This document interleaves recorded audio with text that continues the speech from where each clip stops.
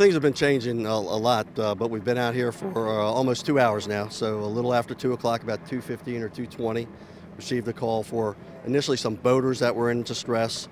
They were out of their boats in the water, was the initial report.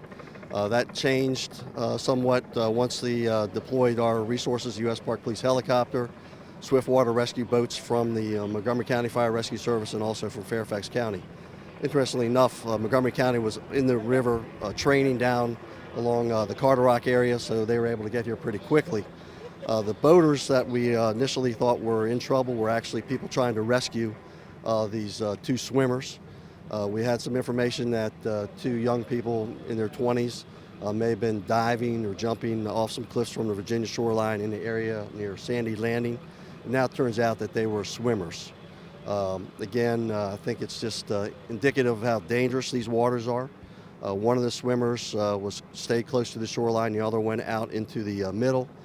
He was last seen in the middle of the river and quickly disappeared. And that is the subject of our search. So we believe now that we have one swimmer in his 20s, an adult male in his 20s, is missing. We have combed pretty extensively using our resources, the helicopter from the air and from the boat, and now from the shorelines. We've checked the islands, the shorelines, the river, south of Great Falls, again, Purple Horse Beach area, Sandy Landing area, of course the river area in between, and we've come up with empty-handed. So we continue. We hope that he made it to shoreline and maybe went back to his car. So we continue to work through all those issues. We hope that he's okay somewhere. But again, our search is continuing with the boats in the water. We're using thermal imaging cameras to check the shorelines and things of that nature, but we've continued to search for a while until we have some more information. But we believe at this point now that it was two swimmers in the water, one self-rescued or did not need any rescue. The other was last seen in the middle of the river floating downstream. The Potomac River currents are very strong. Swimming is prohibited. You're prohibited entering the water unless you're in a boat.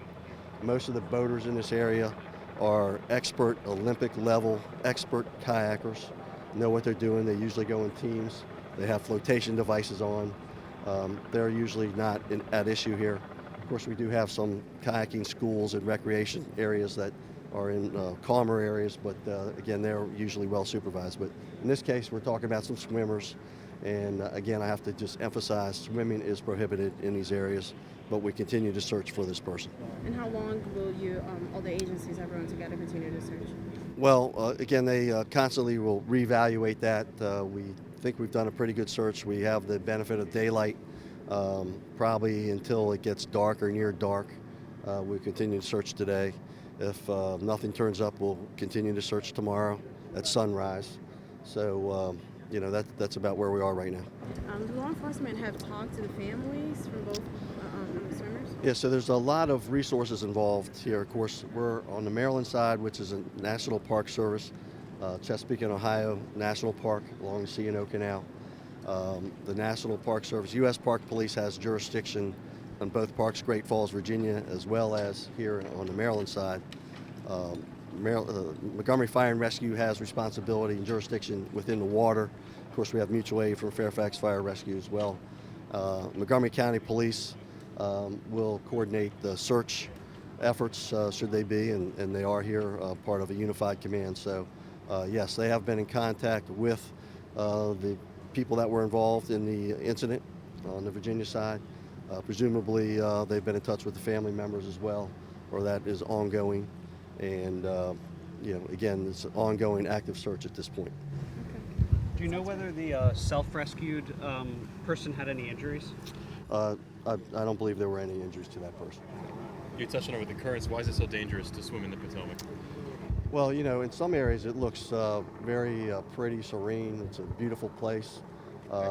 Very challenging trails in the area. It's just a great place to come visit. And it's one of the great spots in America to kayak because of the white water.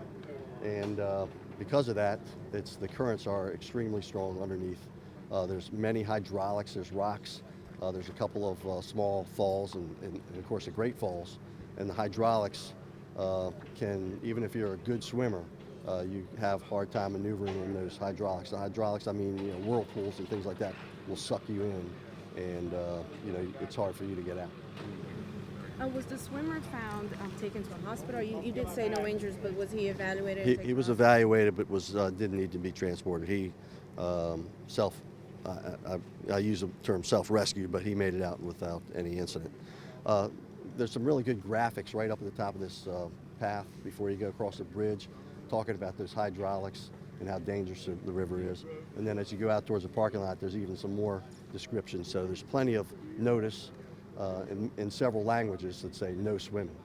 I know it's very tempting to folks, especially on a nice day, not necessarily today, but when it's nice out. So swimming is prohibited. It's very dangerous, and I think we have all these resources out here today. It's indicative of that very reason.